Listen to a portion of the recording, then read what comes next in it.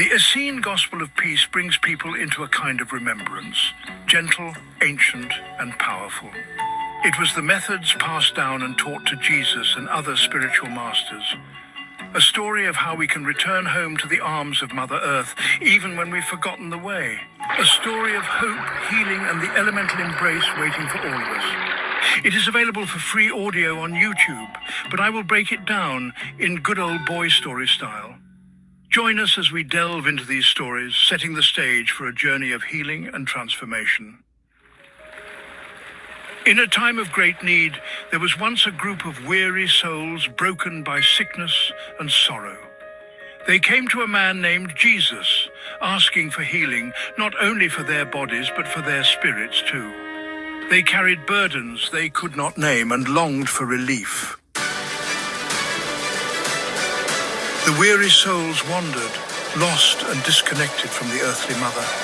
They had turned away from the angels of the earth. Return to them and they will return to you. For no man can find health who turns his back on the mother who bore him. He led them to the river and told them to immerse themselves, to let the angel of water wash them clean, to feel the flow not only on their skin, but through their very souls. And as they bathed, they felt a lifting, a lightness. They felt the burdens breaking, like chains falling away.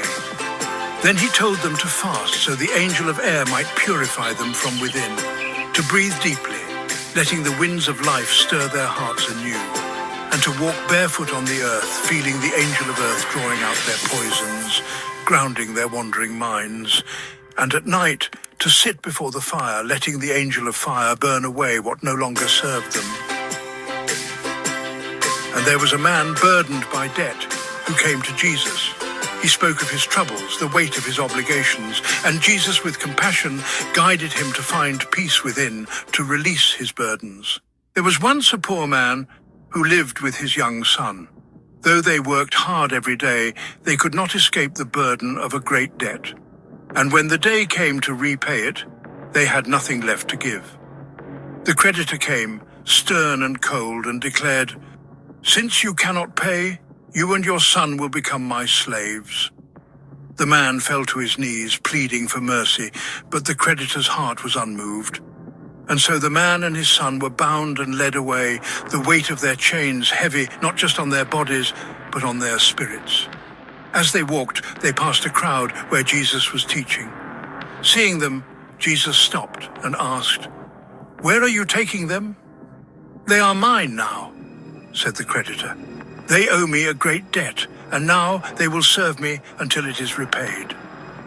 Jesus looked into the eyes of the Father, then the Son, and then he turned to the creditor and said, Look around you, see this mud, this mire, step into it, take off your fine sandals and stand in the filth. The creditor recoiled. Why would I do such a thing? Jesus said softly, until you know the weight of another's suffering, until you are willing to lower yourself to their level, how can you call yourself just? How can you demand what you yourself would never endure? And the people watched as the creditor, uneasy and ashamed, stepped slowly into the mud, and standing there, feeling the cold, the filth, the weight pressing against him, his heart began to soften. He looked again at the man and his son, and something within him shifted. He stepped out of the mud and said, "Go, your debt is forgiven." And the father wept with joy, holding his son close. And Jesus said to the crowd, "Let he who would be great first humble himself, for only the humble can lift others up."